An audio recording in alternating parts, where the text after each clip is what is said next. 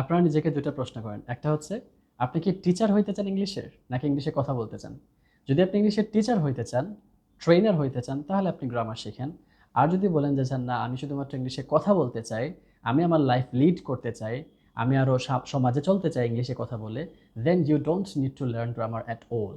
আপনার গ্রামার শেখার দরকার নেই। আপনি প্র্যাকটিস করে করে ইংলিশ শেখার চেষ্টা করতে হবে। এখন বলবেন স্যার গ্রামার ছাড়া কীভাবে প্র্যাকটিস করব? যেমন ধরেন আমি আপনাকে শিখিয়ে দিলাম যে আমি গতকাল স্কুলে গিয়েছিলাম। I went to school yesterday.